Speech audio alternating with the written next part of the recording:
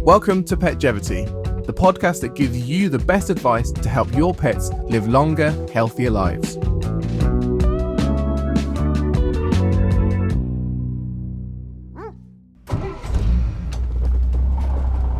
Back in 2016, I spent 33 hours in the back of a van crossing mainland Europe with 8 dogs. Now, this wasn't my idea of a fun road trip. The truth is, I'd hired a company to transport my dog so she could join me in the Czech Republic, but she had a condition called doggy dementia, which meant change was often quite difficult, and I was worried how she would cope on long journeys alone. So instead of flying and meeting her there, I climbed into the van to give her some company. When it comes to holidaying with your pet, the anxiety starts long before the trip begins.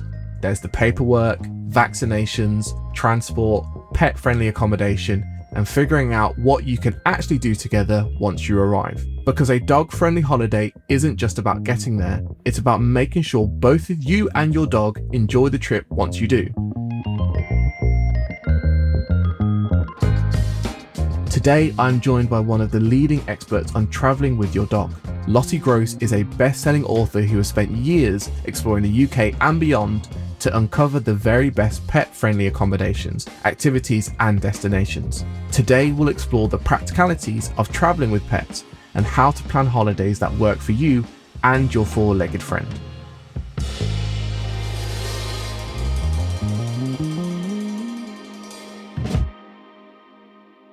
Hello, Lottie. Welcome to the Petgevity podcast. We're going to start with some quickfire questions, and I would like you to just answer yes or no. First question. Are hotels that accept dogs always dog friendly? No. Are museums and galleries off limits if you're traveling with a dog?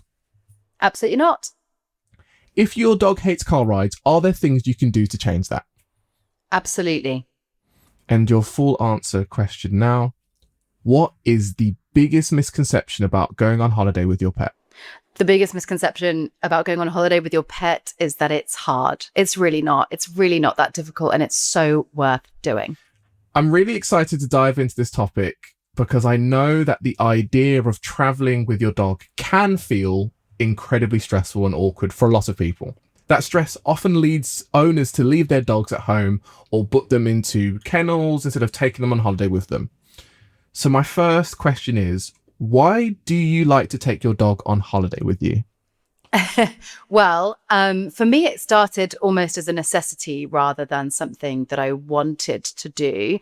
I had a 7-month-old puppy when back in 2018, and I was a travel writer, a kind of normal travel writer before I started traveling with my dog. And I essentially needed to take him with me on an assignment because there was nobody to look after him. So he came with me to a hotel that I was reviewing for a newspaper.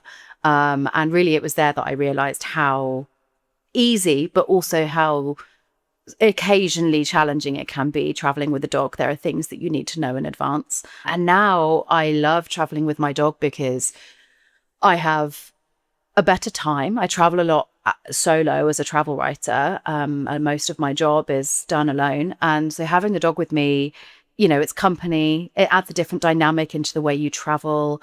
I linger longer in places because of him, to allow him to rest, to allow him to sniff, those sorts of things. And I think it's just it's a different way of traveling, and it's really rewarding for my relationship with my dog as well. What is the experience like for a dog? Do they know they're on holiday? I don't think so, no. I think my dog is oblivious to the fact that we have crossed the borders of 11 different countries. And I think he's got absolutely no idea that when we get on the ferry to France, we are arriving in a new place.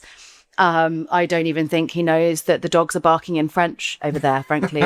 But that's kind of the joy of it, right? And I think that teaches us such an important lesson, which is that we are all the same. All of the dogs all over the world are essentially the same, and we humans are all the same. And what I love about the fact that my dog doesn't understand border control, he doesn't understand passports, he doesn't understand visas, I love that because he's living in such a simple little world, and it's kind of for me, it's a sort of travel utopia, the idea that we could all just travel the way we want, where we want, however we like.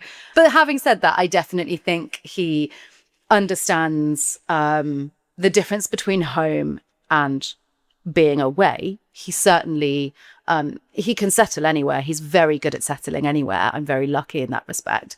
But he knows he's getting more walks. He knows that there's going to be more restaurant visits, which means more treats for bribery.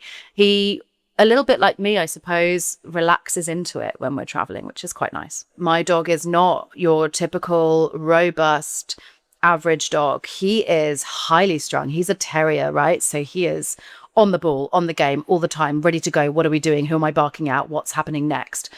He's exhausting. He needs a lot of management. And he's a little bit nervous sometimes. He can be a bit nervous of dogs, of people, of places. But his confidence has grown immeasurably over the last, I would say, 3 years or 4 years that we have been traveling extensively. I started traveling with dogs in 2018. But over the last 4 years, we have done a lot more travel together.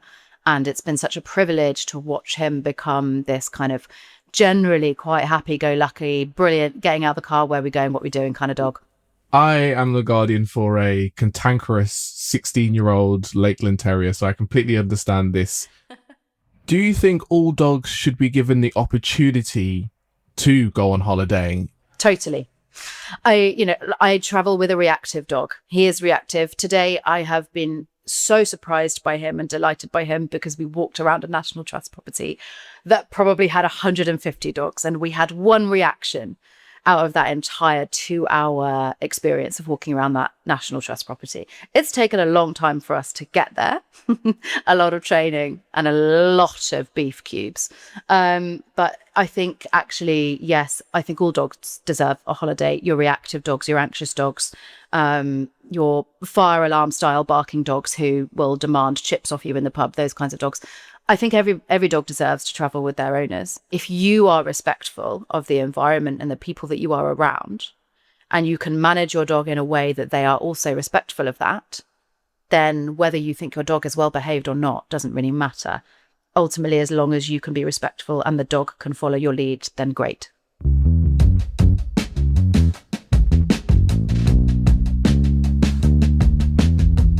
So let's get into the nitty gritty, the logistics and practical parts of traveling with your dog. I want to look at 3 key areas in order, starting with the paperwork, then the transport, and finally the accommodation. Now, we could probably do a whole episode on travel paperwork, but what are your top tips when it comes to getting all of your forms in order? People will get very stressed by things they read in the media. There was a lot of coverage in April earlier this year when the EU changed some rules around pet travel. And ultimately, gov.uk, for any UK citizen, gov.uk is the best place to find out what paperwork you need. It's laid out so simply. It's written so simply. You know exactly what you need and how long before you go that you need it and all of that jazz. But consult that website. And if you're still confused, consult your vet, because ultimately they're the people that have to write the paperwork. At the moment, we currently have to use animal health certificates in order to get from mainland Britain into the European Union with our pets. They vary in price depending on your vet. You can shop around. You don't have to go to your own vet. So if you want to save a bit of money, you can often get them done online and then pick them up before you get on your ferry or your Le Shuttle crossing or whatever, which is quite handy and definitely a more affordable way of doing it. But ultimately, I think it's just making sure you know exactly what your pet needs. So, for example, if we're going to go on holiday to France, we're going to need an animal health certificate. But in order to get that animal health certificate, we need to make sure that our dog is vaccinated for rabies. That vaccination needs to be done 21 days in advance of the animal health certificate being issued, because otherwise it's not valid. Once your dog is vaccinated for rabies, you can then go ahead and get your animal health certificate. That has to be provided at no more than 10 days before you travel, but no less than 24 hours before you travel. And then free to go, crack on, have a lovely holiday in France. Just don't forget that when you come back into the UK, you need to have your dog dewormed by a vet in France. It's a really simple process, and then they will sign your paperwork so that you can get back into the UK. Are you aware of any changes that may happen, particularly with Europe? Yes. So there is good news afoot. In April earlier this year, April 2026, the EU changed some rules around pet travel that did away with the EU pet passports, even if you went over to an EU country and got your pet passport for your British dog. It's not allowed, can't be doing it. But the good news is that we don't need to stress for too long, and we won't need animal health certificates for much longer.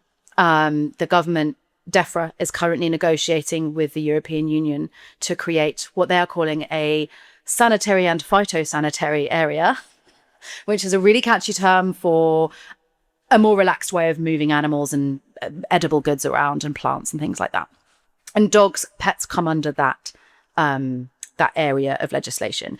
And there will be a new multi-use pet passport system in place, theoretically by the middle of 2027, hopefully sooner. Wouldn't it be nice if we got it in the next couple of months and in time for the holidays this year? But I'm not holding my breath for that one. But it's coming. I have directly spoken with DEFRA myself as a journalist to make sure that this is legit and that it's definitely happening, but it is coming. And by the time the next UK EU summit happens, which should be in the next sort of couple of months, it's normally in May, but we've had elections, so it's been a busy month for the government. We'll let them off. We should hopefully get news of what it's going to look like, which could mean that we will no longer have to spend upwards of £200 for an animal health certificate in order to be able to go on our holidays. Really good information. I have a lot of confused and frustrated clients who come in every 6 months asking if things have changed. So it's good to have that insight for sure. Moving on to what options there are for transporting your pet out of the UK. What exists currently? Okay, so unfortunately, we can't just hop on the Eurostar, land in Paris and go for a croissant. It's just not a thing. Eurostar don't want to be involved in pet travel. And so the best way, I believe, to get onto the continent is to drive your car onto the Le Shuttle train and scoot under the sea for half an hour, and then you land in Calais. And you come off the train and you're just on the motorway in France, going on your onward travel. It's the easiest and quickest way to get to the continent, but there are so many more ways. There are ferries, of course. There's the Dover to Calais ferry. There's Portsmouth to Roscoff, I believe, which is further down in France. And then you've also got ferries that go to St. Malo. You've got ferries that go to Cherbourg. And you've got ferries that even go as far as Santander and Bilbao in Spain. They take about 33 hours. So my dog is very fussy about where he wheezes. So there's absolutely no chance I would get him on that ferry, because he would probably burst his bladder before peeing on a, fake grass deck that they put out for dogs. But for those of us without cars, it can be quite complicated figuring out how to get onto the continent, because unfortunately a lot of the ferries will not allow foot passengers onto their boats with dogs. So if you're a foot passenger, you can't take your dog on the Dover to Calais ferries, for example.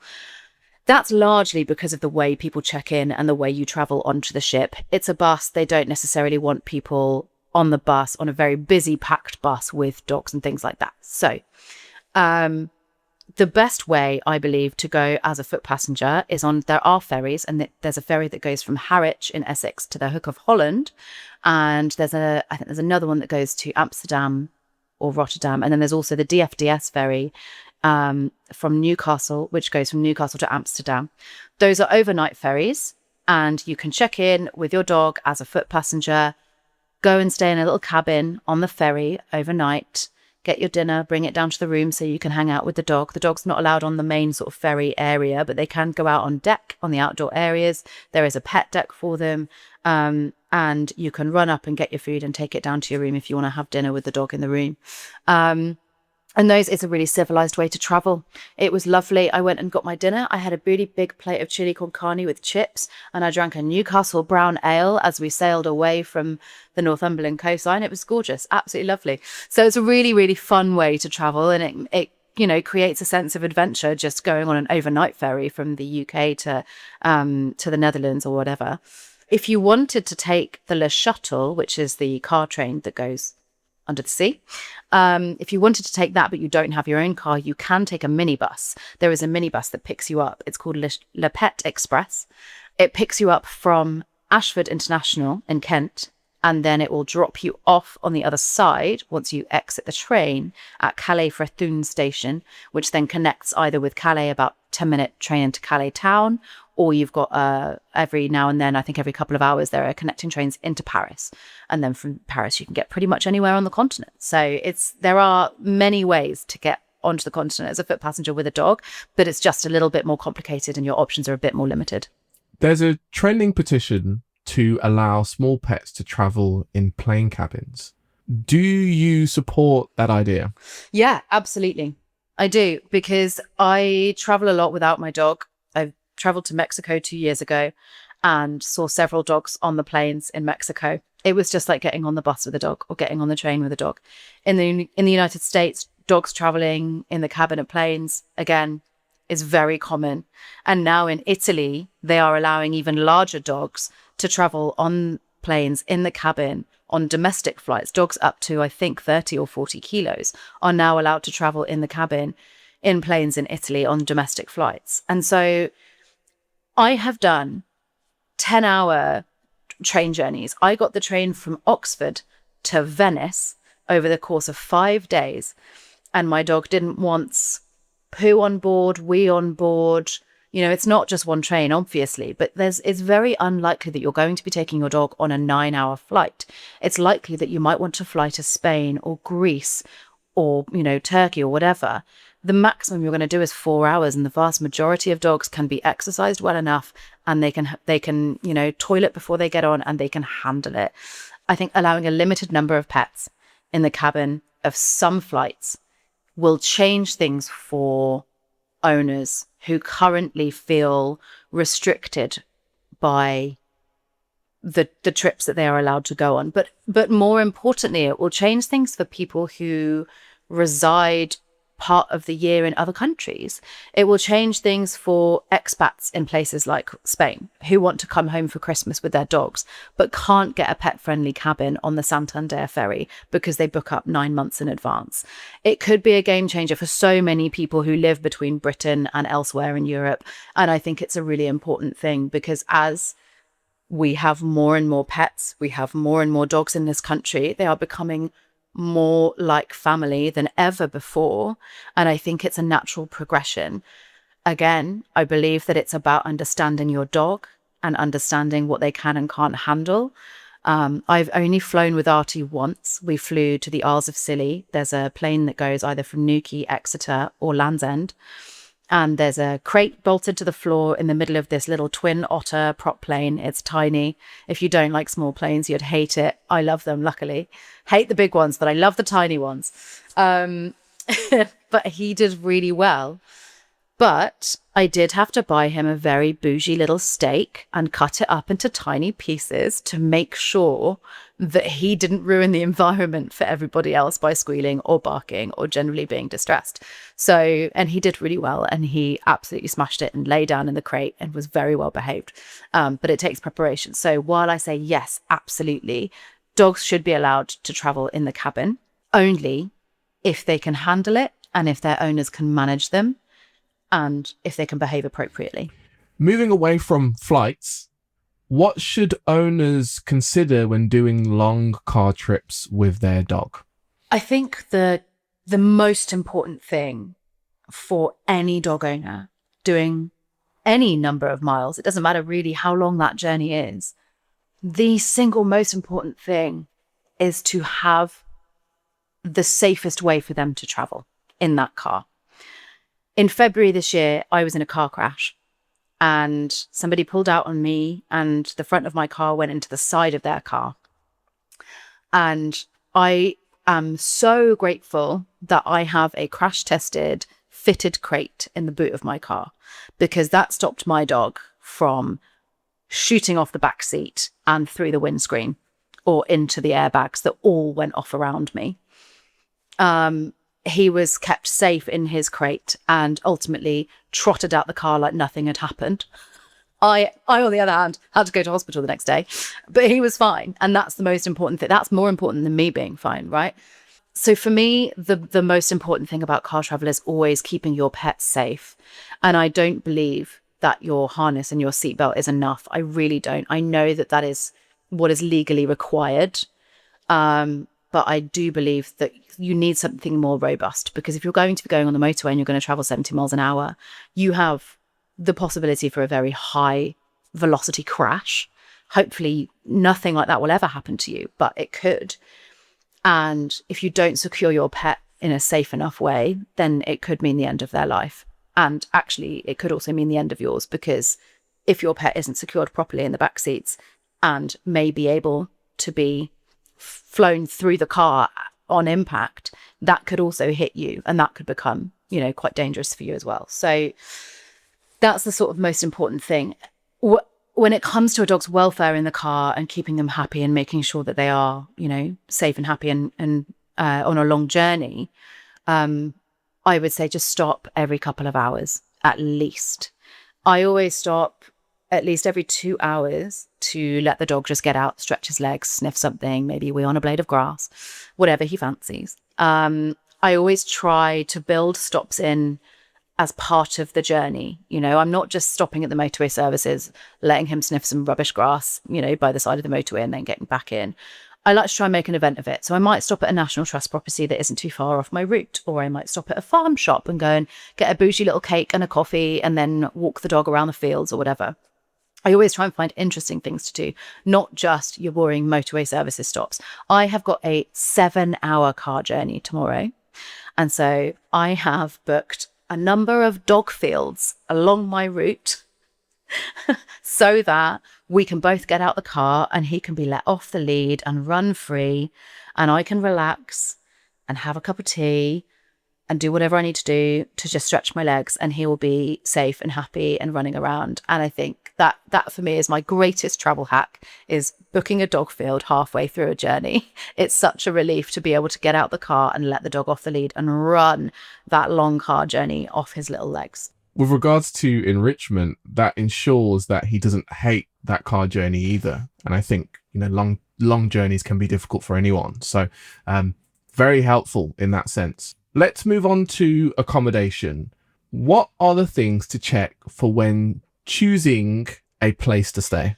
If you're looking at hotels, the key things to check are what's provided. So are they providing a bed and bowls, or do you need to bring your own bed? I've just arrived at this hotel in Newquay and there's no bed provided. Luckily, I've got one in the car. But there's no bed provided, and there's a one bowl and a towel and a little dentist stick. That's it.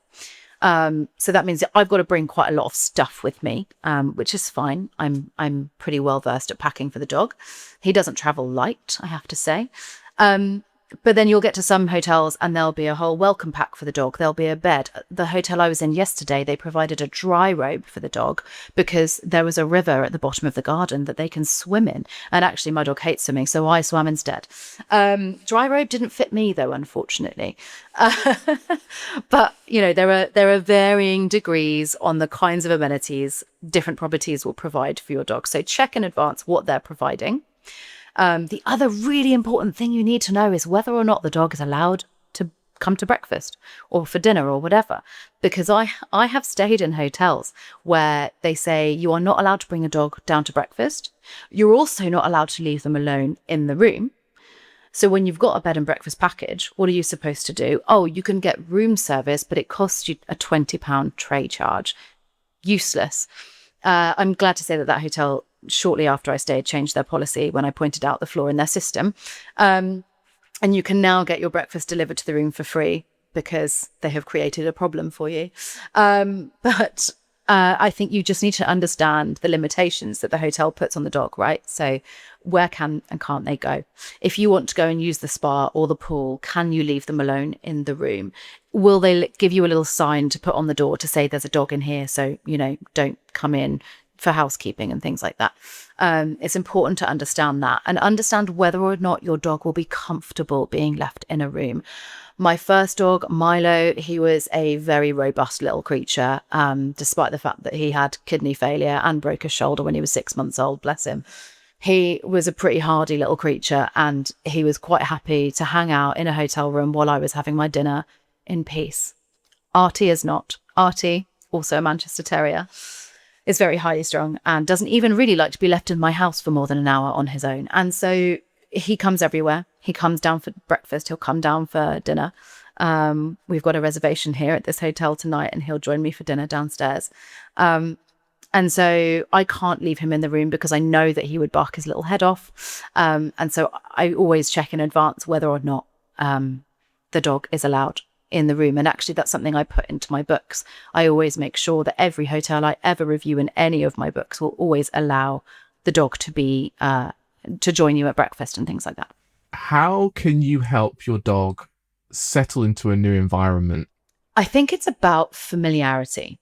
I think it's about bringing the familiar blankets or beds. If they've got a toy that they love to carry around the house and present you with occasionally or whatever, bring that. Even if it's just a tennis ball that they love to, catch out and about. Bring whatever they love. Bring what's familiar. I also think it's really important to let the dog explore. So the moment you arrive in that hotel room, I won't let Artie off the lead because the first thing he does is get straight on the bed, which isn't always appropriate. But I will often walk him around the room and let him sniff things. There will have been other dogs in these hotel rooms. And so who's going to want to know who's been here? What have they been doing? And so I will walk him around on the lead in the hotel room before he's let off the lead, just so he can kind of get the lay of the land. But I think, familiarity and just letting them kind of go at their own pace, letting them explore a bit. We always have a walk around the hotel grounds before I go and check in because I need him to, get out the car and probably have a wee. Ideally not in the hotel reception, although my first dog did do that and it was very embarrassing. I want him to kind of get the lay of the land, have a sniff, understand his surroundings so that we can go calmly into reception and check into our room. And then once we're in the room, I make sure that he knows he's got his bed here, he's got his toy, he's got his blanket, whatever it is he needs.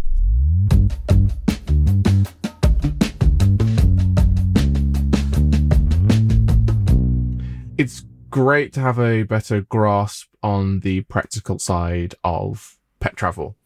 But let's get into the real fun stuff, basically. Because the great thing about your books is they show that dog-friendly holidays aren't just about finding good places to take your dog for a walk. It's about finding an array of diverse activities that enrich both of you. What are some of your favorite activities that you've done with your dog? There are so many. We've done some really crazy things. I think this is going to sound really boring, but the Derwent Pencil Museum in the Lake District was a highlight for me. I know it sounds ridiculous, but it's actually fascinating. We've all probably used a Derwent pencil in our lives as kids, if you're drawing at school or whatever. But they used to make pencils for spies. And so there's a whole exhibition in their museum around the different tools that they made for spies during the various world wars. And it's absolutely fascinating. And dogs are welcome throughout the museum, and that's really good fun. Another very silly thing that I've done with Artie is go to the Camera Obscura and World of Illusions in Edinburgh, which is basically a fun house, like a very silly house with all the silly mirrors.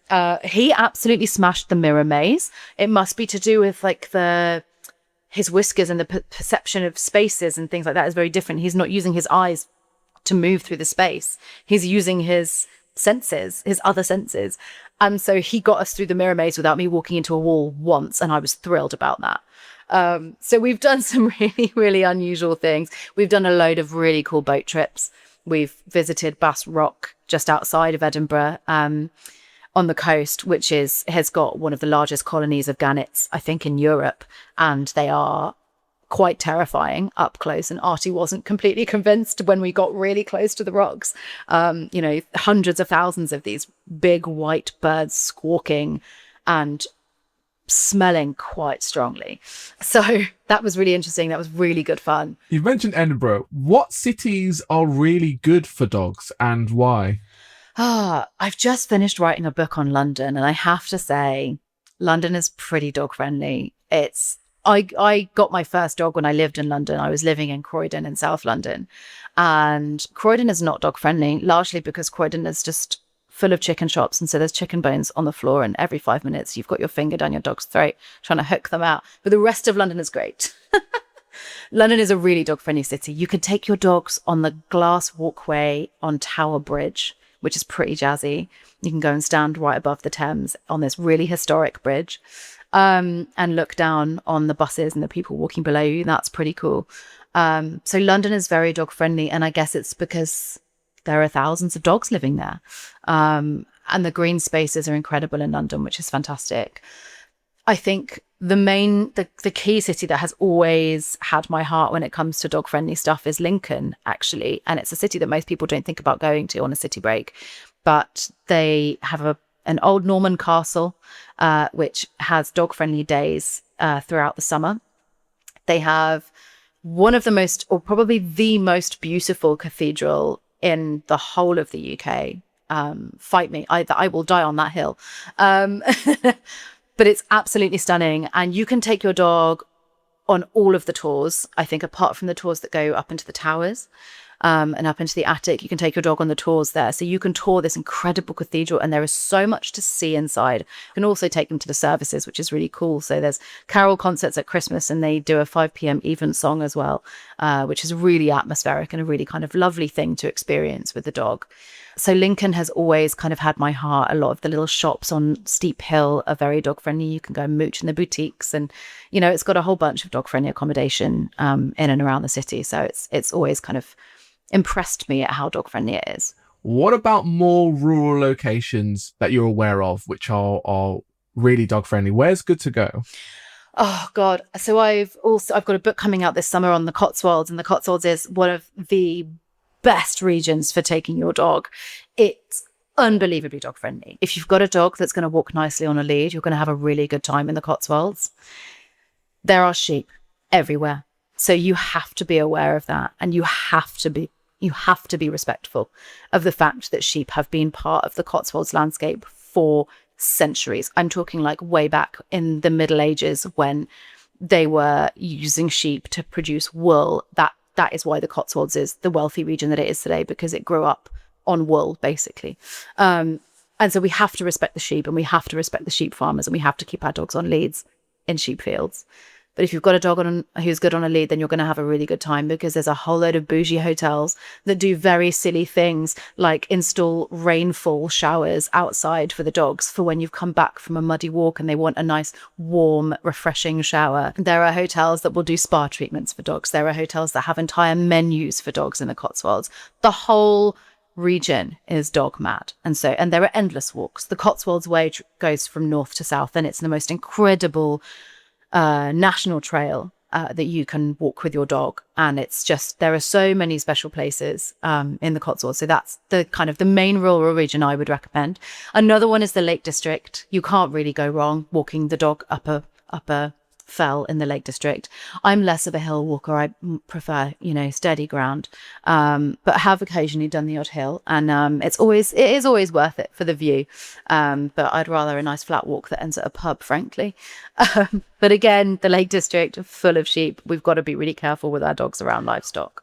What is your top tip for someone planning their first dog holiday? My best top tip, if you're planning your first trip, is to take it slowly. Because if you've never been away with your dog, you just maybe don't know how they're going to handle it. You don't know if they're going to be spooked or if they're going to love it. And so take it slow.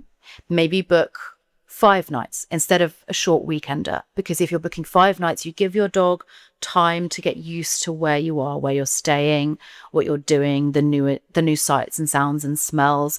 If you've got a city dog, they may never have encountered cows, and there might be a cow field next to your cottage, which might freak the dog out. So you're going to have to do a little bit of management there, and maybe a bit of training for them to get used to being around livestock and things like that. So take it slow and let the dog set the pace, unless they're running, in which case, I never run after my dog. It's just too lazy. But I think taking it slowly is a really, really good thing to do for your first trip, and just make it as simple as you can. Go to one place and just see what happens. Don't make any big plans. Don't, have any big ambitions. Just go and just try and relax and see how the dog fares. Lottie, thank you so much for being on today. Thank you. Thank you so much for having me. It's been a joy.